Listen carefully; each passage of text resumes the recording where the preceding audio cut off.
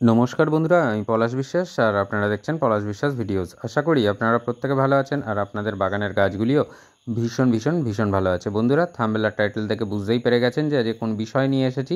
হ্যাঁ বন্ধুরা, অনেকে অনেক দিন ধরে বলছিলেন যে এই নীল জবা বা বেগুনি জবা গাছের পরিচর্যার ভিডিও নিয়ে আসার জন্য।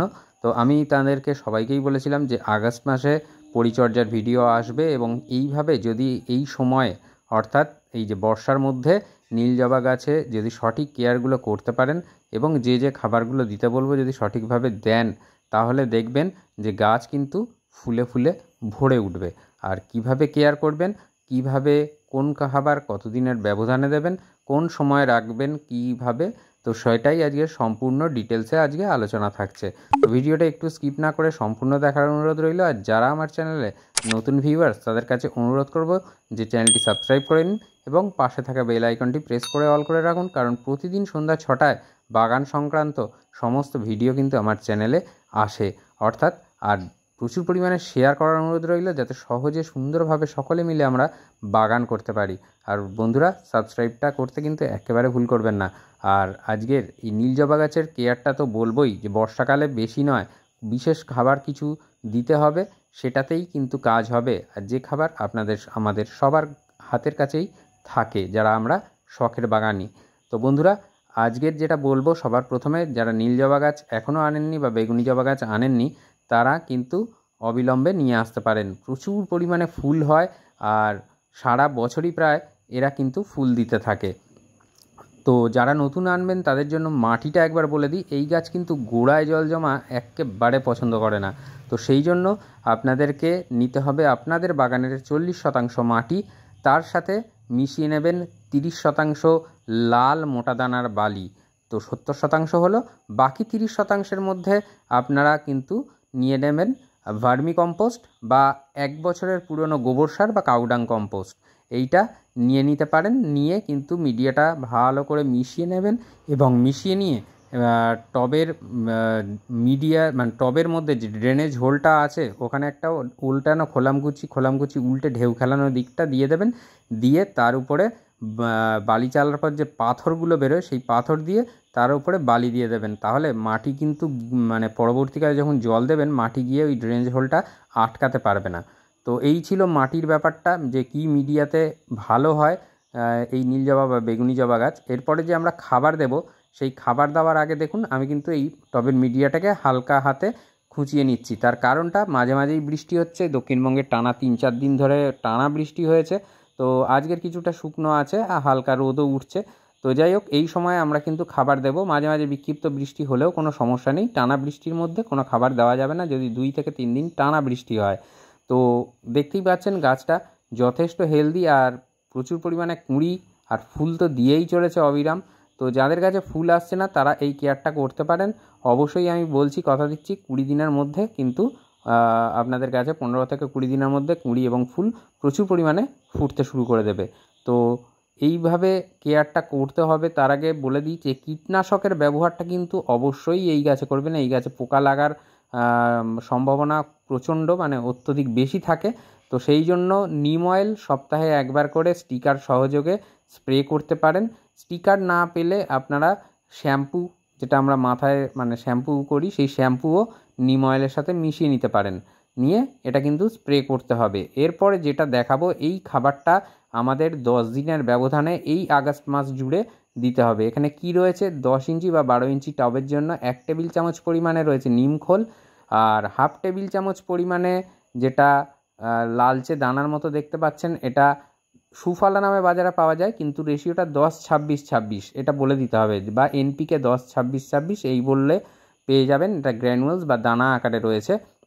এখানে 10% রয়েছে নাইট্রোজেন আর তার সাথে 26-26 করে রয়েছে ফসফেট এবং পটাশ। আর কালো রঙের যেটা দেখতে পাচ্ছেন এটা জিআর দানা বা বায়োজাইম, এটা হাফ টেবিল চামচ আপনাদেরকে নিতে হবে। তার সাথে এই যে সাদা রঙের দেখতে পাচ্ছেন একদম চকচক করছে চিনির দানার মতো, এটা হচ্ছে ম্যাগনেসিয়াম সালফেট বা এপসাম সল্ট, এটা চা চামচের 1 চামচ নিতে হবে। তো এই কটা খাদ্য উপাদান আপনাকে ভালো করে মিশিয়ে নিতে হবে। দেখুন যেটা 10-26-26 বললাম, তাতে গাছ কিন্তু নাইট্রোজেন, ফসফেট, পটাশ পেয়ে যাচ্ছে। ম্যাগনেসিয়াম সালফেট থেকে গাছ কিন্তু পাতা যে হলুদ হয়ে যাওয়ার সম্ভাবনা, কুঁড়ি হলুদ হয়ে ঝরে যাওয়ার সম্ভাবনা, এগুলো চলে যাবে। মাটির মধ্যে এই নিম খোলটা একদিক থেকে যেমন গাছকে নিউট্রিশন যোগাবে, তেমনি কিন্তু অপর দিক থেকে এই পোকামাকড় মাটিতে যেগুলো হয় সেগুলোকে দূরে রাখবে। আর যেটা বায়োজাইম বা যেটাকে জিআর দানা বললাম, এর ব্যবহার তো প্রচুর। একদিক থেকে অনুখাদ্য, অপর দিক থেকে গাছের গ্রোথেতে সাহায্য করে। প্রচুর কাজ আছে, চাইলে আমার ভিডিও আছে, ভিডিও লিস্টে দেখে নিতে পারেন, একটু খুঁজে পেয়ে যাবেন। জিআর দানা নিয়ে কিছুদিন আগেই ভিডিও দিয়েছি, জিআর দানা কী এবং কী কাজে লাগে বা ব্যবহার কীভাবে হয়।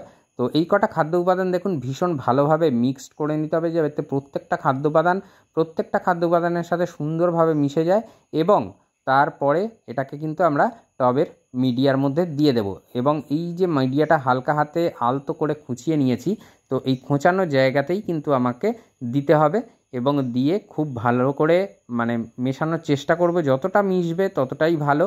আর মিশে যাওয়ার পরে আমরা কিন্তু খুব সামান্য পরিমাণে জল দিতে পারি, কারণ এই সময় টবের মিডিয়া এমনিতেই ভিজে আছে, খুব বেশি জল দেওয়া যাবে না। সামান্য হালকা পরিমাণে জল অল্প করে দিয়েও দিতে পারি, কোনো সমস্যা নেই, তাতে খাবারগুলো একটু মিশতে যা সুবিধা হবে। তো দেখুন এইভাবে খাবারগুলো দিয়ে দেওয়া হলো এবং দিয়ে দেওয়ার পরে কিন্তু হালকা করে সামান্য জল আমরা দিয়ে দিতে পারবো। তো এটা গেল যে খাবারটা 10 দিনের ব্যবধানে। এরপরে যে জিনিসটা আমি বলবো সেই কেয়ারগুলো কিন্তু খুব ভালো করে করতে হবে এবং মনোযোগ দিয়ে করতে হবে। তাহলে দেখবেন, অনেকে বলেন যে নীল জবা গাছের বা বেগুনি জবা গাছের কুঁড়ি সম্পূর্ণরূপে প্রস্ফুটিত হচ্ছে না, অর্ধেক ফুটে যাচ্ছে বা অর্ধেক অবস্থায় ঝরে পড়ছে। আবার কেউ কেউ বলছেন যে সেভাবে ফুল আসছে না। তো ফুল আসছে না, কুঁড়ি ঝরে পড়ছে, সমস্ত জিনিসটা সমাধান হয়ে যাবে। তো যেটা বলবো, এই খাবার দেওয়ার ঠিক 2 দিন পরে আপনারা চাইলে বায়োভিটা এক্স বা যে কোনো সিউইড এক্সট্র্যাক্ট, যেটা এর মধ্যে কিন্তু একদিকে যেমন প্ল্যান্ট গ্রোথের কাজ করে, তেমন কিন্তু অপরদিকে প্রচুর পরিমাণে অনুখাদ্য এর মধ্যে বর্তমান। এই বায়োভিটা এক্স বা যে কোনো বাজারে প্রচুর সিউইড পাওয়া যায়, সেই সিউইড এক্সট্র্যাক্ট আপনাকে একটা গাছে স্প্রে করে দিতে হবে এই খাবারটা মাটিতে দেওয়ার 2 দিন পরে। তো আমার জবা গাছগুলো দেখছেন যেভাবে কেয়ার করি আপনাদেরকে কিন্তু ভিডিওতে দেখাই, সেইভাবেই কিন্তু আপনারাও করুন। আর জায়গা আমার ভীষণই কম, তো সব গাছই কিন্তু গায়ে গায়ে রয়েছে। তো এইভাবে যেটা বলবো, যে পাতা দেখুন চকচক করছে সবুজ, কোনো পাতা কিন্তু সেভাবে হলুদ নেই বা ঝরে পড়ার সম্ভাবনাও নেই, এবং তার সাথে সাথে কুঁড়ি এবং ফুলও কিন্তু ফোটে। এই গাছটা নীলজবা গাছ, যেটা আমি আগের ভিডিও দিয়েছি, তাতে আপনারা আশা করি যারা পুরনো ভিউয়ার্স দেখেছেন যে কী হারে কুঁড়ি এসেছিলো এবং কিভাবে ফুল ফুটেছে। তো সেই একবার ফুল হয়ে যাওয়ার পর মাথাগুলোকে কেটে দিয়েছিলাম, পিঞ্চ করে দিয়েছিলাম, দিয়ে খাবার দিয়েছি। তো তারপরে দেখুন আবার কিন্তু ফুল চলে আসছে। তো আগস্ট মাসে এই খাবারটা অবশ্যই দেবেন এবং খাবার দেওয়ার পর যেটা বললাম সেইটা স্প্রে করবেন।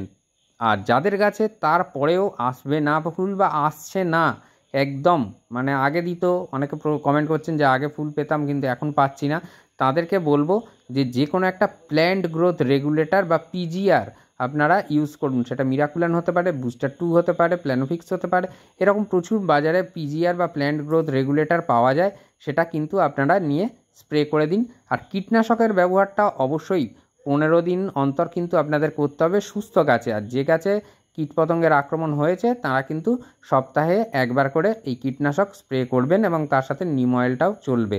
তো এইভাবে কেয়ার করতে থাকুন, আশা করি আর কোনো সমস্যা থাকবে না নীল জবা গাছ নিয়ে, বা নীল জবা গাছের কোনো সমস্যা থাকবে না। ফুল পাবেন প্রচুর পরিমাণে, তার সাথে সাথে কিন্তু গাছ ভরে যাবে কুঁড়িতে অজস্র, আর গাছে ডালপালা আসবে ব্যাপক হারে।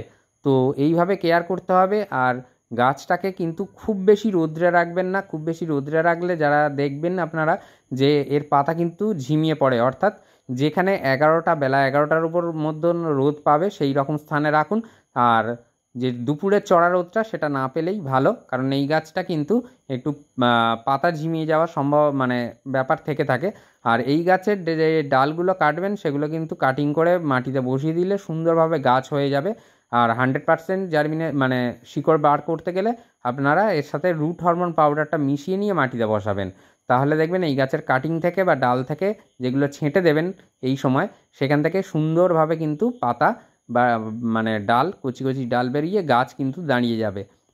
আর এই যে দেখছেন অসংখ্য কচি কচি ডাল বেরোচ্ছে, সুন্দর ডাল, এটা কিন্তু আপনারও গাছে আসবে। তো আশা করি ভিডিওটা ভালো লাগলো, আর যদি ভালো লাগে অবশ্যই লাইক কমেন্ট আর বাগানপ্রেমী বন্ধুদের মাঝে শেয়ার করে দেওয়ার অনুরোধ রইল। মন থাকছিল সবুজ, পৃথিবী হোক সবুজময়, এই বলে কিন্তু আজকে এখানেই সমাপ্ত করছি। আবার আসছি আগামীকাল নতুন কোনো ভিডিওর সাথে। ততক্ষণ সকলে খুব ভালো থাকবেন, সুস্থ থাকবেন। নমস্কার বন্ধুরা।